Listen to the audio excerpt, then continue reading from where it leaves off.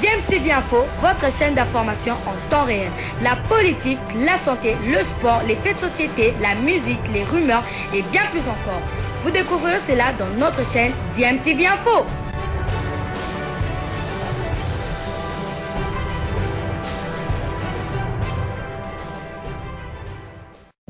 Vous êtes sur DMTV, bonjour ou bonsoir, tout dépend de l'heure à laquelle vous nous suivez. Tout plaisir est pour nous de vous retrouver, mais surtout de savoir que vous êtes nombreux en train de suivre votre chaîne YouTube DMTV. DMTV qui vous propose l'actualité, vous propose également des analyses et des réflexions sur des sujets d'actualité, sur des faits sociaux ou tout simplement sur des réalités que nous observons ici chez nous en République démocratique du Congo. L'actualité reste dominée par les éliminatoires de la Coupe du Monde Qatar 2022. On n'en a pas encore fini avec ce match qui a opposé la RDC au Bénin. Vous le savez, les Béninois ont porté plainte auprès de la FIFA pour demander la disqualification pure et simple de la République démocratique du Congo. Et en attendant le verdict de la FIFA prévu ce mardi 23 novembre 2021, des analyses se sont poursuivies sur les quelques actions qui ont porté en tout cas à confusion au cours de ce match, notamment sur le penalty, aussi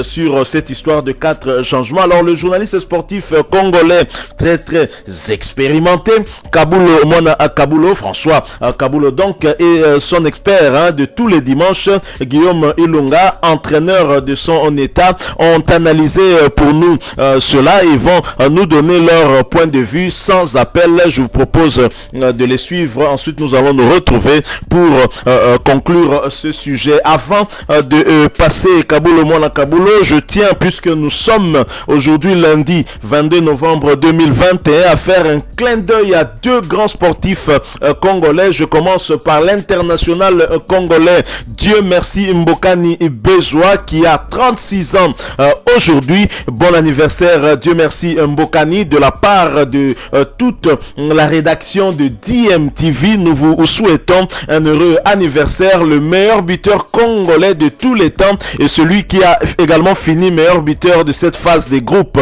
dans l'équipe des Léopards de la République démocratique du Congo, avec 4 buts sur les 9 inscrits par les Léopards de la RDC, plus 2 passes décisives. Dieu merci Mbokani a donc été à l'origine de 6 buts inscrits par les Léopards de la RDC sur les 4 sur les 9 possibles. Bon anniversaire donc à Dieu merci Mbokani de Marlène Ntessa. Nous vous souhaitons en tout cas le meilleur et surtout que vous soyez en forme pour les barrages qui nous attendent. Votre objectif, Dieu merci Mbokani, c'est bien d'aller à la Coupe du Monde pour clôturer votre carrière ainsi, et nous espérons que Dieu va vous entendre et que cet objectif sera atteint, et donc l'objectif de tout un peuple.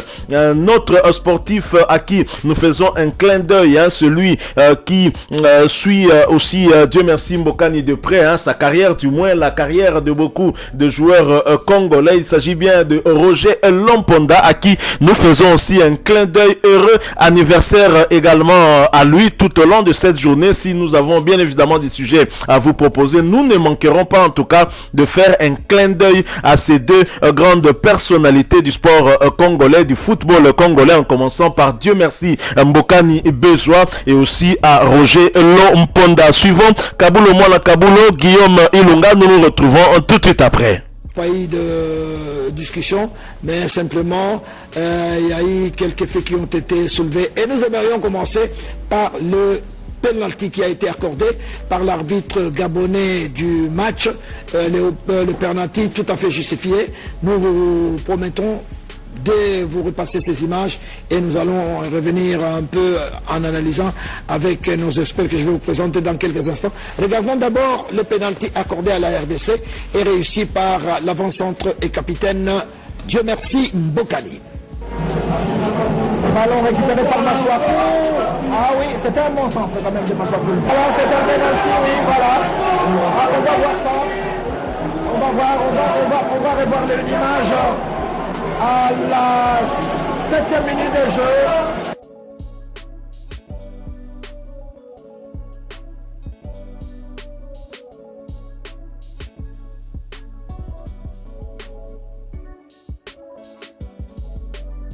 Bien, C'est vrai que la machine s'est entêtée un tout petit peu, mais les pénalty a été accordé plus ou moins à la 8e, 9e minute et par l'arbitre gabonais, et le but a été marqué par Dieu merci Mbokani.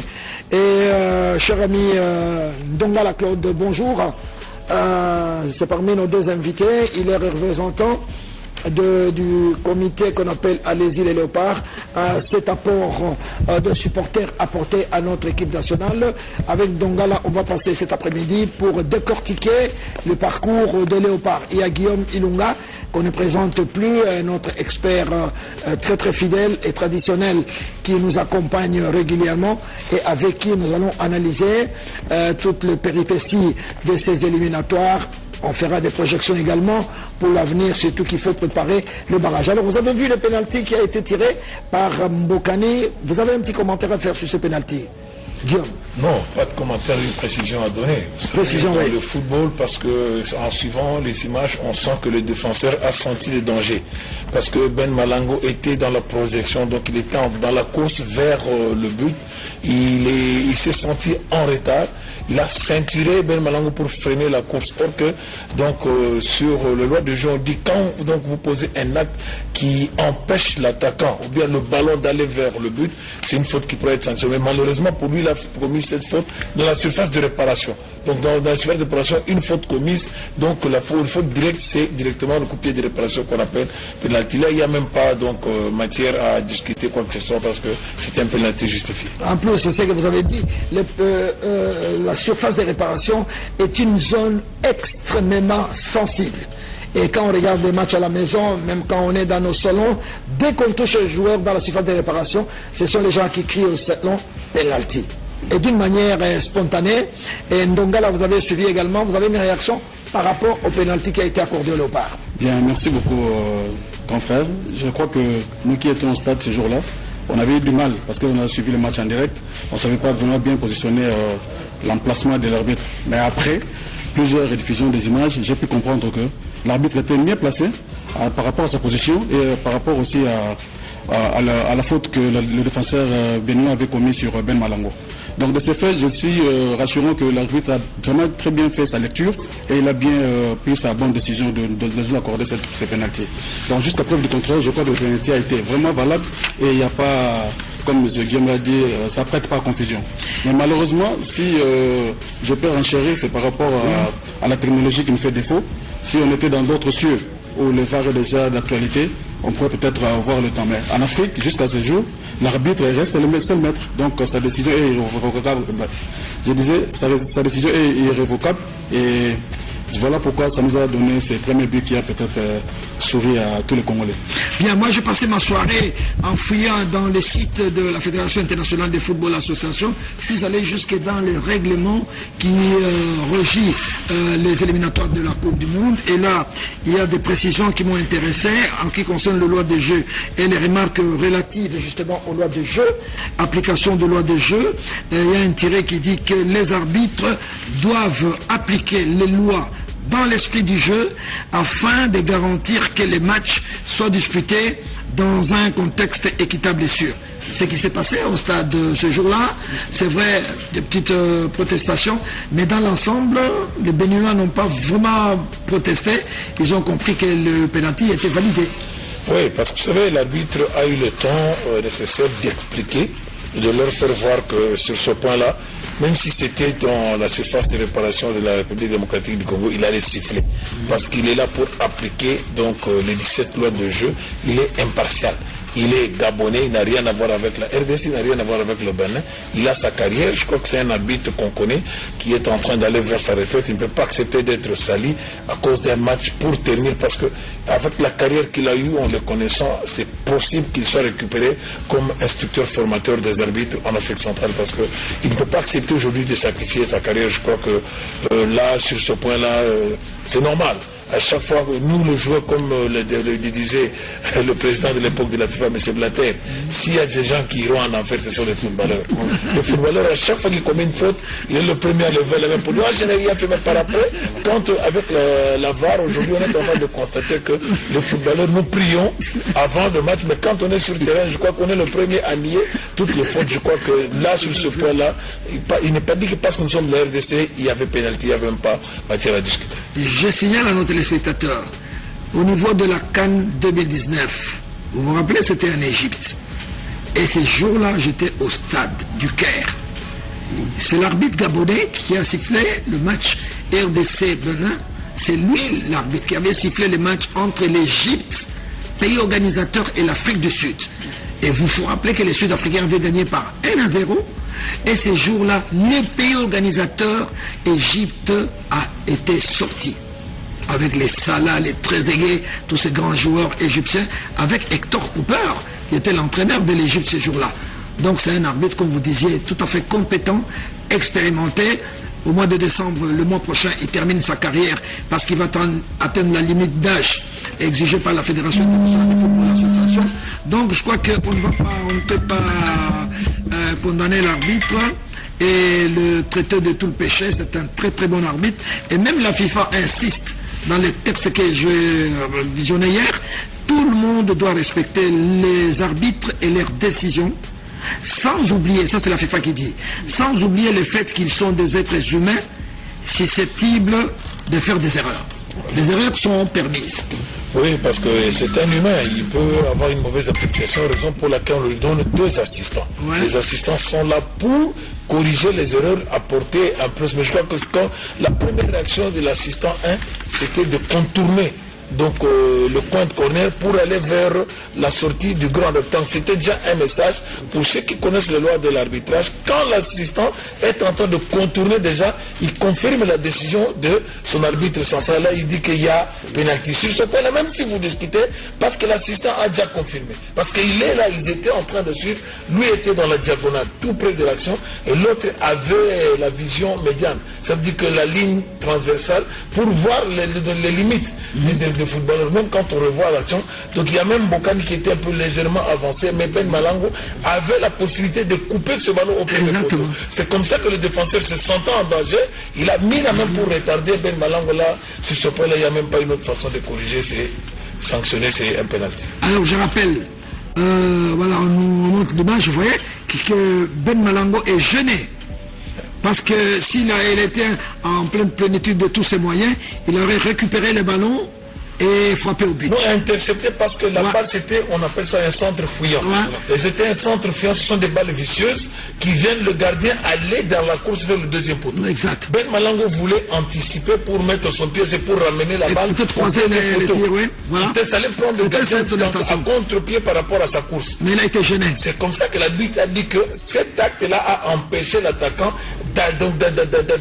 d'accomplir son geste. Il fallait laisser Ben Malango accomplir son geste. Peut-être l'arbitre allait être clément, mais comme il a empêché, là c'est donc l'acte a empêché donc le joueur d'aller vers le but, surtout comme il était en position donc vers le but, c'est un pénalty. Et je demande au réalisateur Boldikango de revenir un peu sur l'image. Vous verrez que Ben Malango à un moment donné, il s'est plaint, il est revenu sur le Gabonais et le Béninois. Et il lui disait, ben voilà, vous m'avez gêné, je crois que, Bodikango, si on peut revenir, observez bien l'attitude de Ben Malango après, et bon là c'est l'image fixe, voilà. Vous voyez qu'il a pris ce maillot, il a pris le maillot en disant, monsieur, vous m'avez retenu, voilà, c'est là. Et après Ben Malango a pris son maillot, il s'adressait au défenseur béninois pour dire que non, monsieur, vous m'avez tiré, vous m'avez retenu. Voilà, donc l'image est claire et l'arbitre, sa force, et se retrouve dans la loi 5 du règlement des éliminatoires qui dit exactement, parce que la loi 5 concerne l'arbitre.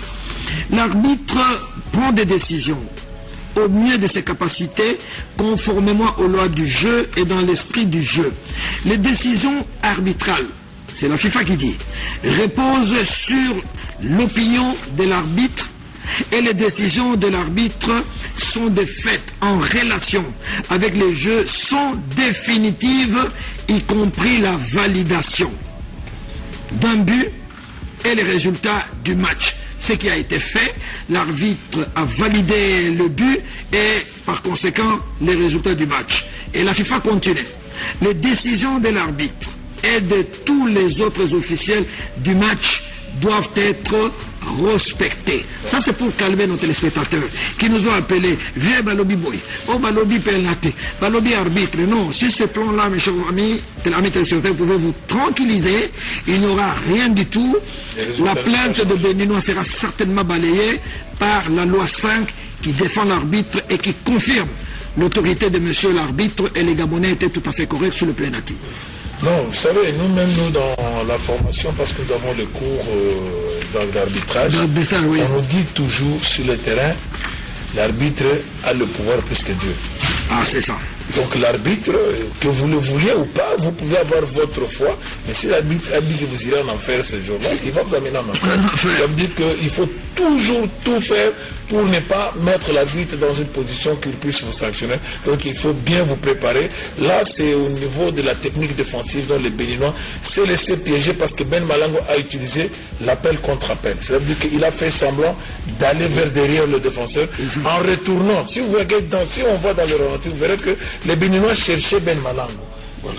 Dans sa course, quand il a aperçu que Ben Malango était devant lui, il a directement ceinturé pour freiner dans sa course parce qu'il a vite compris que l'élan que Ben Malango prenait, c'était pour aller anticiper, couper la trajectoire du ballon. C'est dans les techniques offensives, mais lui n'a pas été malin.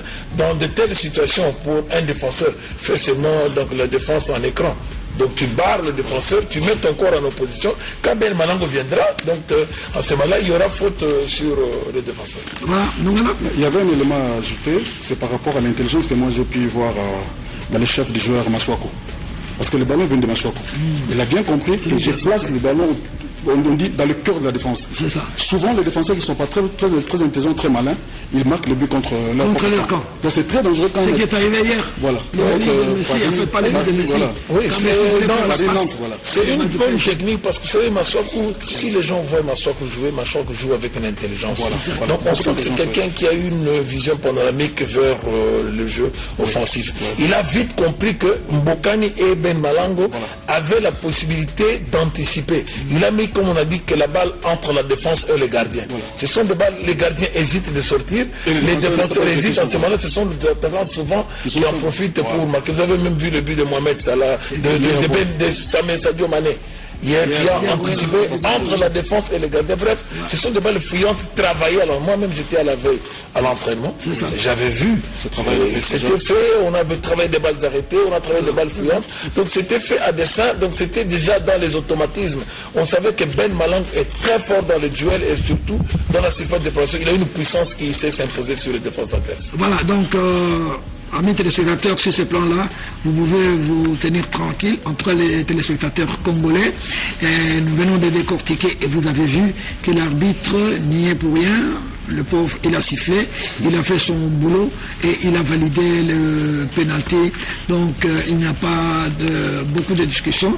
C'est comme la plainte des Béninois sera certainement balayée, dixit Kabulo Mwana Kabulo. Je dois quand même signaler que la plainte des Béninois n'est pas liée au penalty. C'est vrai que les Béninois ont contesté ce penalty ici à DMTV avec notre expert maison Tupac Moudjahidine du sport congolais, de la presse sportive congolaise. Nous avions suffisamment analysé ce penalty. Il n'y a pas de débat là-dessus. Les Congolais méritait bel et bien ce penalty sur une faute sur Ben Malango, penalty transformé par Dieu merci Mbokani, à qui nous réitérons notre vœu d'heureux anniversaire, puisque ce jour, ce lundi 22 novembre, c'est le jour de l'anniversaire de Dieu merci Mbokani, qui a donc 36 ans. Alors Kabulo Mwana Kabulo qui a analysé ce penalty, et nous sommes d'accord avec lui ainsi qu'avec Guillaume Ilunga qui nous a expliqué avec un œil d'expert, hein, lui qui est entraîneur, et c'est effectivement il y avait penalty. Le seul problème c'était la prise de vue de cette rencontre-là. On n'avait qu'un seul angle de vue et ceci n'a pas permis à vitesse réelle de pouvoir se rendre compte qu'il avait faute, mais l'arbitre qui était bien placé a bien constaté qu'il y avait faute et a accordé ce penalty, mais ceci a bouleversé les Béninois qui ne se sont plus préoccupés du jeu mais plutôt du comportement de l'arbitre, et s'en est suivi évidemment cette affaire de 4 changements. Nous allons y revenir également, toujours avec cette analyse que va nous faire Kaboul Omola Kaboul ainsi que Guillaume Ilunga, avec la contribution d'un arbitre international congolais qui s'est exprimé aussi là-dessus, et nous allons évidemment revenir dans notre prochain sujet. Merci à vous qui nous avez suivis. Nous sommes arrivés à la fin de celui-ci. Si vous l'avez aimé, laissez-nous un maximum de j'aime. Merci de partager avec nous votre propre opinion en nous la laissant à travers un commentaire, et surtout abonnez-vous si vous êtes nouveau ou ancien que vous ne vous êtes pas encore abonné, et n'oubliez pas d'activer la petite cloche de notification. Une fois de plus, heureux anniversaire à Dieu merci Mbokani Bezwa ainsi qu'à Roger Lomponda. Merci, nous espérons vous retrouver bientôt avec un autre sujet d'actualité. En attendant, portez-vous bien et DMTV vous dit au revoir.